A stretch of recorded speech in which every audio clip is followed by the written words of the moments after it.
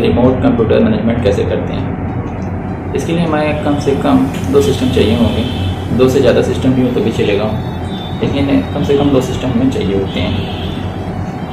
तो main motive हमारा क्या है यहाँ पे कि जैसे मेरे पास 2 सिस्टम हैं, तो मैं अपने एक सिस्टम को सर्वर बना लूँगा, मेन सिस्टम बना लूँगा। तो मैं अपने मेन सिस्टम में कोई इन्फॉर्मेशन चेक कर सकता हूँ कि दूसरे सिस्टम पर कोई व्यक्ति क्या कर रहा है, यानी अदर पर्सन जो है वो दूसरा सिस्टम चला रहा है मेरे ऑफिस में, तो वो क्या कर रहा है, क्या एक्टिविटी उसकी हो रही है, तो मैं उसको चेक कर सकता हूँ। ये चीज़ें मैं आपको बताता हूँ और आपको बार बार चेक करने की ज़रूरत नहीं होगी सिस्टम पे जाके, आप बस अपने सिस्टम से ही एक्सेस कर लेंगे। तो काफ़ी लोगों ने मुझसे पूछा कि ये कैसे किया जाए, कि आप कैसे ये करते हैं अपने सिस्टम से। तो मैं अपने ऑफिस में करता क्या हूँ कि मान लीजिए कई लोग काम कर रहे हैं, तो मैं अपने सिस्टम पे ही बैठे बैठे सबका डाटा एक्सेस कर लेता हूँ। मैं बार बार उनके डेस्क पर जाता नहीं हूँ, मैं सिर्फ अपना कंप्यूटर यानी अपना लैपटॉप में ऑन करता हूँ और मैं जिसका चाहता हूँ सबका चेक कर लेता हूँ यहीं पे बैठे बैठे। तो ये तो काफ़ी अच्छा हो जाएगा कि हमें बार बार उठना नहीं पड़ेगा और बार बार किसी परमिशन भी नहीं लेनी है। सिस्टम मेरा है, ऑफिस मेरा है। अब मैं हूँ या मैं नहीं हूँ तो मेरे पीछे क्या कर रहे हैं इस सब नज़र रखनी होती है ऑफिस में। तो ये काम बड़ी आसानी से कर लेता हूँ मैं। तो मैं ये तरीका आपको भी बता देता हूँ, ये ट्रिक आपको बता देता हूँ कैसे ये करते हैं। इसलिए दोस्तों आपको नेटवर्क सेट करना होगा, वो कैसे करते हैं, ठीक है।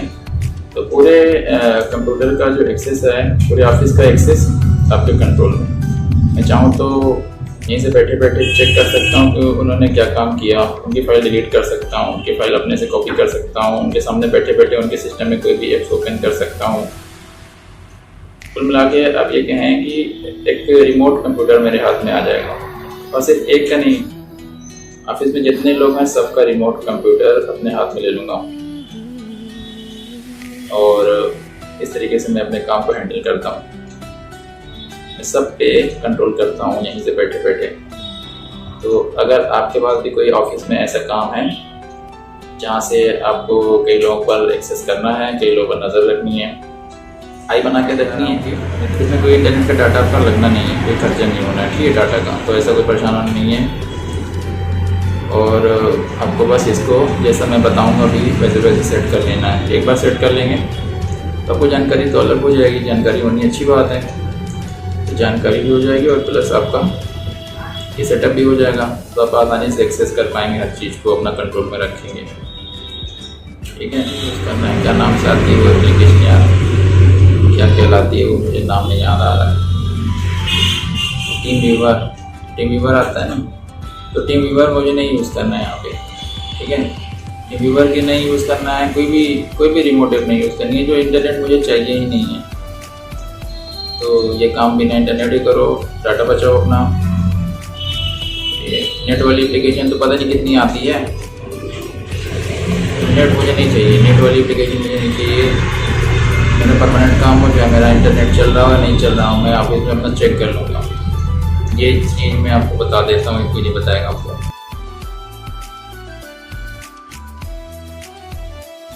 तो दोस्तों मेरे ऑफिस में एक सिस्टम है जो कि अभी स्टार्ट हो चुका है, तो मैं चाहता हूँ कि मैं अपने लैपटॉप पे बैठे बैठे इसे एक्सेस कर लूँ। सिस्टम मेरे पास कई हैं, आप देख सकते हैं बहुत सारे सिस्टम पड़े हुए हैं यहाँ पे, तो मैं इसे एक्सेस करना चाहता हूँ। इस सिस्टम को अभी मैंने चालू किया है, कम से कम एक मैं आपको बता देता हूँ, फिर मल्टीपल भी हम देख लेंगे। और ये देख सकते हैं मेरा लैपटॉप है पर्सनल जो मैं यूज़ करता हूँ, ठीक है। तो मैं इस लैपटॉप को कनेक्ट करके कुछ ऐसा करना चाहता हूँ कि उस सिस्टम का डाटा मैं एक्सेस कर सकूँ। तो दोस्तों अगर इस तरह का कनेक्शन आपको करना है तो आपको सबसे पहले केबल लेनी होगी। ये नेटवर्क केबल आती है, इस तरीके की एक नेटवर्क केबल आती है जो कि आपको मार्केट में मिल जाएगी, ठीक है। इसे आप मार्केट में अमेज़ॉन से, फ्लिपकार्ट से परचेज़ कर सकते हैं। इसे RJ45 केबल कहते हैं, RJ45 केबल इस नाम से आती है। तो इस केबल को आपको अपने लैपटॉप के नेटवर्क पॉइंट से कनेक्ट करना होता है इस तरीके से, ठीक है। देखिए ये कनेक्ट कर दिया मैंने। और इसका दूसरा सिरा जो होता है उसे कनेक्ट करना होता है अपने सिस्टम से, ठीक है, जिससे आप कनेक्ट करना चाहते हैं। मैंने पीछे कनेक्ट कर रखा है। तो ऐसे ही दोनों सिरे होते हैं, कनेक्ट कर देना है आपको। अगर आपके पास ऑफिस में ज़्यादा है, मान लिया ज़्यादा सिस्टम है, तो उसका तरीका मैं बाद में बताऊँगा। उसके लिए आपको हब लगाना पड़ता है। लेकिन अगर आपके पास कम से कम 2 सिस्टम भी हैं, ठीक है, पहले ये समझें, तो आपको दोनों के बीच में कनेक्शन करना पड़ेगा इस केबल के थ्रू। RJ45 केबल्स आती है, ये मीटर के हिसाब से आती है कि कितने मीटर आपको लेना है, कितने दूर तक का आपको कनेक्शन करना है, ठीक है। तो चलिए करते हैं इसमें। तो दोनों केबल मैंने कनेक्ट कर रखी है। अब क्या क्या करना है प्रोसीजर ये देखिए।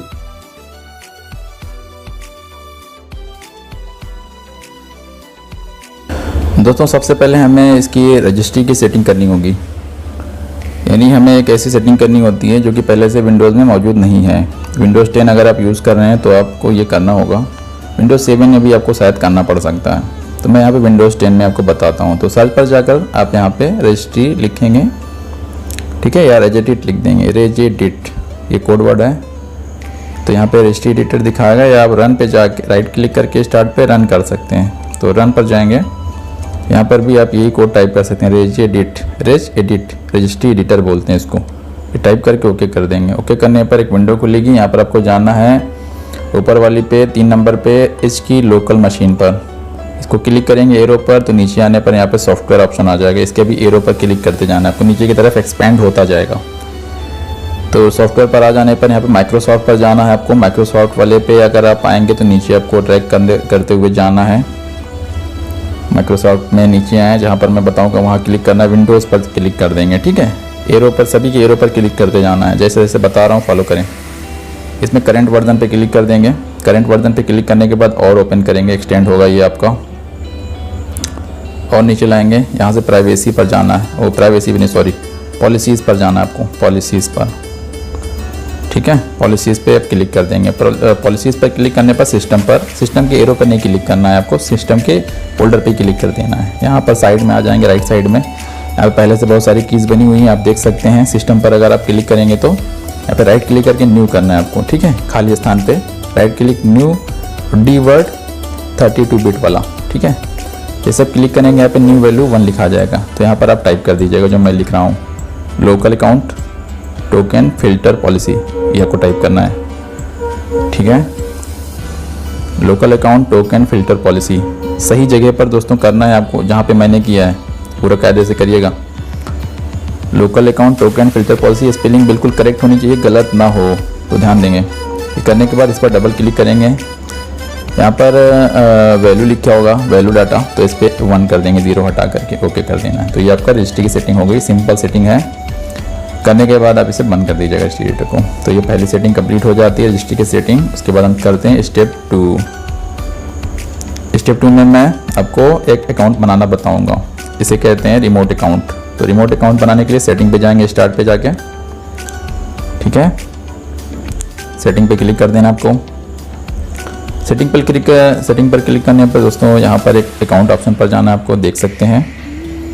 यहाँ से आपको जाना है फैमिली एंड अदर्स पर, ठीक है। फैमिली एंड अदर्स पर जाना है आपको, क्लिक कर देते हैं यहाँ पे। ये आ गया। यहाँ पर लिखा हुआ है एक option, add someone else to the PC, तो समवन एल्स को ऐड कर देना है यहाँ से। यहाँ पे एक विंडो खुलेगी यहाँ पे माइक्रोसॉफ्ट अकाउंट नाम से, जस्ट अ मोमेंट। तो यहाँ पे आपको अपना नाम टाइप करना है, जो मैं टाइप कर रहा हूँ वो टाइप कर सकते हैं, या नाम आप बदल भी सकते हैं। यहाँ पे नाम रख देता हूँ रिमोट 1, यानी मैं इसी कंप्यूटर को, ये जो क्लाइंट कंप्यूटर मैं यूज़ कर रहा हूँ, इस पर जो अकाउंट बना रहा हूँ उसका नाम रिमोट 1। पासवर्ड भी आप डाल दें, पासवर्ड ज़रूरी है, पासवर्ड कुछ भी रख दें जो आपको रखना हो, आप याद रखिएगा। बस यही पासवर्ड अभी बाद में लगाना होगा आपको सर्वर पे, और यही नाम भी आपको बताना होगा। तो पासवर्ड मैं कुछ भी टाइप कर सकता हूँ अपने हिसाब से। तो मैं एक पासवर्ड यहाँ पे टाइप कर दे रहा हूँ। पासवर्ड आपको दिखेगा नहीं मैंने क्या टाइप किया है, तो मैं अपने लिए टाइप कर दे रहा हूँ। आप कोई भी पासवर्ड रख लें, री एंटर पासवर्ड कर दीजिएगा। जो भी पासवर्ड आपने ऊपर टाइप किया है वही आप नीचे भी री एंटर कर दीजिएगा। यहाँ पे एक ऑप्शन देता है in case you forget your password, password कभी भूल जाए तो कोई सिक्योरिटी क्वेश्चन आप सेट कर लें। 3 क्वेश्चन आपको सेट करने होते हैं, जैसे what was your first pet name, यहाँ पर मैंने ऐसे ही डाल दिया लूसी, ठीक है। What is the name of the city where you were born, तो मैं यहाँ पे ऐसे डाल दे रहा हूँ इलाहाबाद। आप कोई भी अपने हिसाब से क्वेश्चन सेट कर लें। क्वेश्चंस कई हैं, 3 क्वेश्चन आपको लेने होते हैं यहाँ पे। जैसे यहाँ पे दिया हुआ है कोई what is the name of city where your parent meet, तो ये भी मैं वही डाल देता हूँ। तो कोई ना कोई क्वेश्चन बना दें, ये आपको बाद में काम आएगा, कभी फॉरगेट कर दिया, भूल गए तो बस बना के इसको ओके कर देना है। ओके करने के बाद आपका अकाउंट बन जाएगा। इस पर क्लिक करना है आपको एक बार। यहाँ पे चेंज अकाउंट टाइप भी करना है। चेंज अकाउंट टाइप करने पर आपको यहाँ पर अकाउंट टाइप स्टैंडर्ड यूज़र होगा, इसको एडमिनिस्ट्रेटर लगाना है आपको। ठीक है, ओके कर देना आपको। बस हो गया काम, आपका अकाउंट भी बन गया। स्टेप 2 हमारी कंप्लीट हो गई है। एडमिनिस्ट्रेटर पे होना चाहिए। अब स्टेप 3 करते हैं। अब हमें चेंजिंग करना है अपने सिस्टम का नाम, यानी जिस सिस्टम पे हम काम कर रहे हैं ये क्लाइंट पे, इसका अच्छा सा नाम रख देंगे ताकि सर्वर पर इस नाम से हम आइडेंटिफाई कर सकें।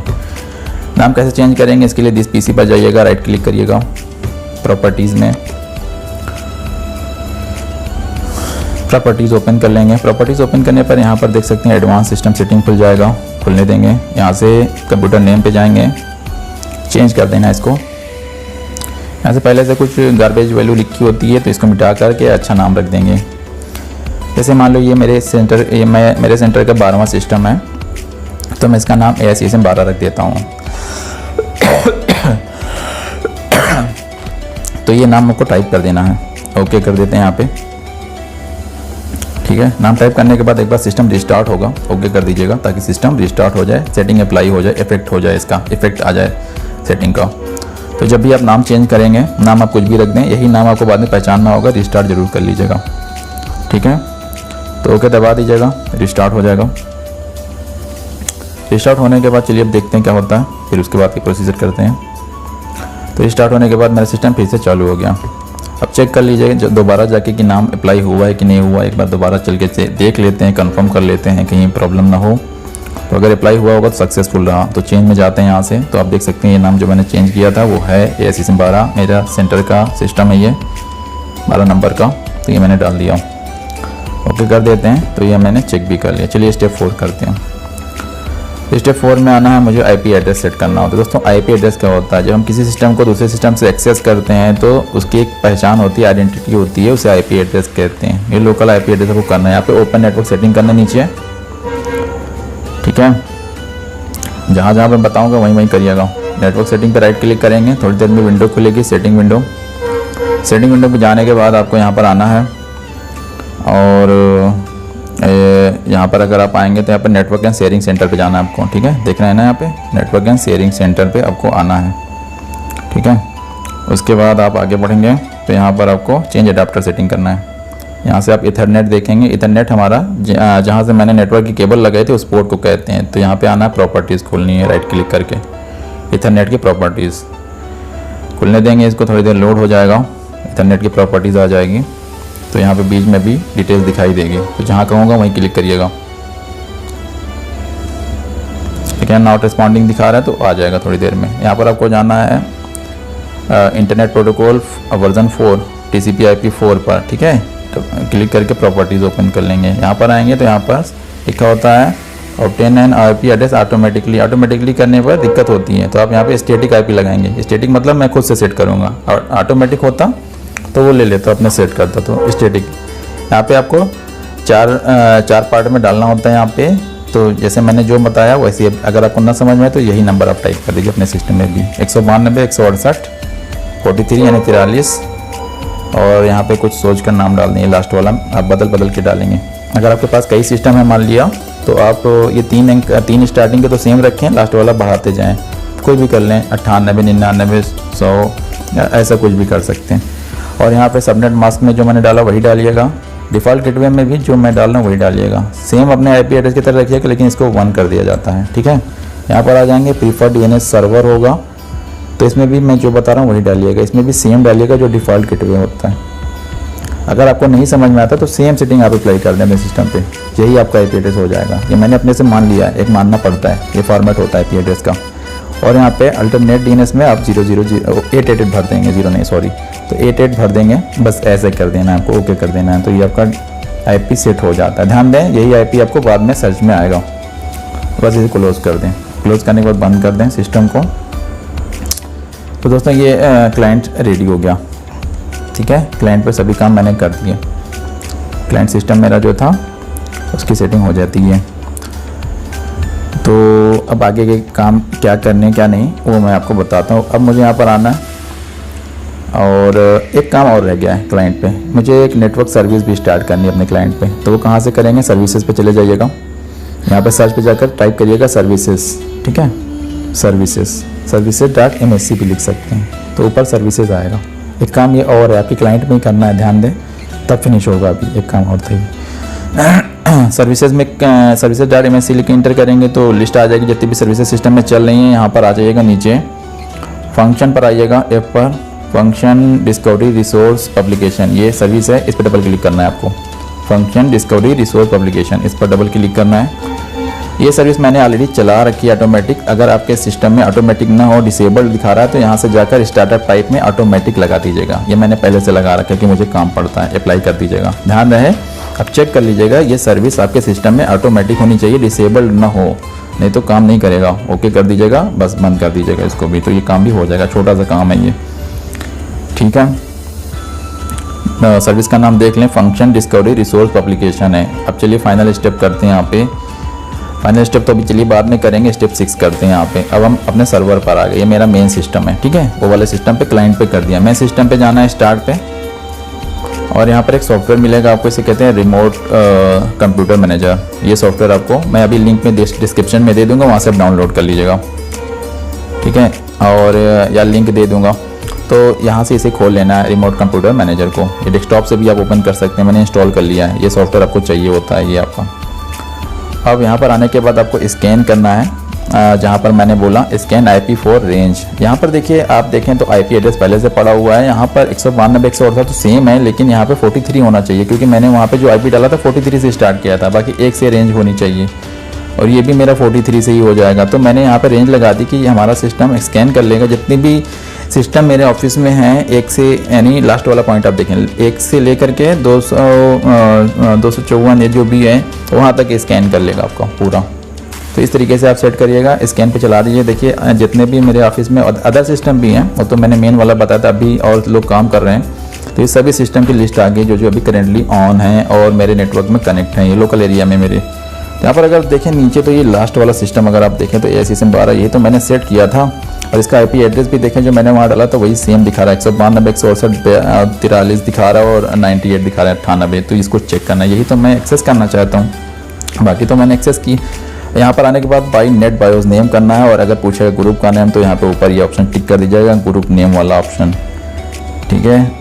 ग्रुप नेम वाला ऑप्शन भी टिक करके इसको टिक कर देना है, तो इसके बाद यहाँ पे सक्सेसफुली ऐड हो जाएगा। ये सिस्टम आपको लिस्ट में ऐड करा लेना है, सब ऐड कर सकता था लेकिन मैंने अभी और हटा दिए हैं आपको समझाने के लिए। देखिए ये नया सिस्टम मेरा ऐड हो गया, वो मेरा क्लाइंट सिस्टम। यहाँ पे जाके एक बार इसको रिफ्रेश कर देंगे यहाँ से स्टेटस पे, तो ये दिखा रहा है यहाँ पे स्टेटस ओके है, इसका मतलब ये सिस्टम हमारा नेटवर्क में चल रहा है। आपको सेटिंग पे जाना है, सेटिंग में यूज़र अकाउंट कंट्रोल में जाना है, यूज़र अकाउंट में, और वही अकाउंट देना है जो अपने उस सिस्टम पे बनाया था, रिमोट वन नाम से बनाया था, आपको याद होगा, और पासवर्ड जो आपने लगाया था वो लगा देना है आपको, ठीक है। ये पासवर्ड मैंने टाइप कर दिया, अप्लाई कर दें, ये मेरा काम हो गया। तो मैंने ये कॉन्फ़िगर कर दिया। फाइनल स्टेप करते हैं, मैं उस सिस्टम को अब एक्सेस करना चाहता हूँ। एक्सेस करने के लिए आपको यहाँ पर ऊपर अपने रिमोट कंप्यूटर मैनेजर में रिमोट डेस्कटॉप पर जाना होगा, और यहाँ से कनेक्ट पर क्लिक करना है, सिंपल सा। देखें कनेक्शन हो रहा है, अगर सब कुछ सही डाला है तो। देखिए वो सिस्टम यहीं से बैठे बैठे खुल गया मेरे ऑफिस का सिस्टम है, जिस पे अभी मैंने कॉन्फ़िगरेशन किया था क्लाइंट वाले पे। ये देखिए आ गया, देखिए आप चेक कर सकते हैं, मैं आपको दिखा देता हूँ कि वही सिस्टम है। तो मेन सिस्टम भी मेरा चल रहा है, और उसके थ्रू मैं बैठे बैठे ऐसे ही एम्प्लॉइज़ को अपने चेक कर लेता हूँ। देख सकते हैं ये पूरा वही सिस्टम है जो मैं वहाँ से एक्सेस कर रहा था। इस PC पे चल के भी आप चेक कर लें प्रॉपर्टीज़ पे, और वेट कर लेते हैं थोड़ा सा। कभी कभी ऐसा होता है कि जैसे अभी नया कनेक्शन डाला है तो थोड़ा सा कॉन्फ़िगर करता है, तो फर्स्ट टाइम में थोड़ा सा देर लग सकता है लोड करने में, लेकिन एक बार लोडिंग होने लगी तो नेक्स्ट टाइम से आप जब भी नया फिर से कनेक्ट करेंगे तो फटाफट ये काम होता है, क्योंकि इसमें कोई इंटरनेट का डाटा तो लगता है ही नहीं, तो डायरेक्टली ये काम करता है। तो चलिए देखें ये आ गया सिस्टम का। तो देखते हैं यहाँ पे सेटिंग पूरी आ रही है, आप देख सकते हैं यहाँ पे प्रॉपर्टी सिस्टम की, यहाँ पे वही सिस्टम का नाम मेरे शो कर रहा है ASM 12। तो और यहाँ पे प्रॉपर्टीज़ पे दोबारा हमसे गलती से बंद हो गया था, देख सकते हैं यहाँ पे सिस्टम का नाम वगैरह है। अगर आप यहाँ पे जाएँ जहाँ से मैंने नाम चेंज किया था, आप देख सकते हैं, तो यहाँ से भी बड़ा मैंने कर लिया। तो यहाँ से भी कंप्यूटर नेम में चल के देखें, चेंज मैंने किया था, आपको याद होगा अभी। तो ये देखें वही सिस्टम है ये जो मैं यहाँ से बैठे बैठे एक्सेस कर पा रहा हूँ। तो ये मैं सर्वर से एक्सेस कर रहा हूँ इसको। और अगर ऊपर कुछ सेटिंग देखें तो जब आप रिमोट कंप्यूटर पे एक्सेस करेंगे तो यहाँ पे फुल कंट्रोल आप देख सकते हैं ऊपर लगा हुआ है। फुल कंट्रोल का मतलब मैं यहाँ से कुछ भी कर सकता हूँ, डिलीट करूँ, शट डाउन करूँ, रिस्टार्ट करूँ, ये सिस्टम कुछ भी। यहाँ पे लॉक इनपुट भी कर सकते हैं। जैसे मैं चाहता हूँ कि मेरा एम्प्लॉई कुछ ना कर पाए तो मैं उसको लॉक कर दूँगा। लॉक कर दूँगा तो जब तक मैं नहीं उसे ऑर्डर करूँगा वो कुछ नहीं कर सकता। स्ट्रेच करके फुल स्क्रीन पे ले सकते हैं। यहाँ से 24 बिट करेंगे तो और ज़्यादा अच्छी क्वालिटी में भी स्क्रीन पे जो आएगा आपका। तो क्वालिटीज़ वगैरह भी आप सेट कर सकते हैं, यहीं से बैठे बैठे सारे काम हो जाएंगे। व्यू ओनली कर देंगे तो केवल व्यू कर सकते हैं आप यहाँ से, और यहाँ से अगर आप स्टॉप कर देंगे तो डिसकनेक्ट हो जाएगा सर्वर आपका, और दोबारा ग्रीन बटन दबाएंगे तो कनेक्ट हो जाएगा। देख सकते हैं यहाँ पे, तो काफ़ी अच्छा है ये। और अगर आप लोकल एरिया में गेम भी खेलना चाहते हैं तो मैं आपको आगे ट्यूटोरियल में बताऊंगा कैसे लोकल पे गेम खेला जाता है, कैसे हैंडल करते हैं, सारी चीज़ें मैं बताऊंगा। तो थैंक यू। अगर आपको अच्छा लगा लाइक सब्सक्राइब कर देंगे।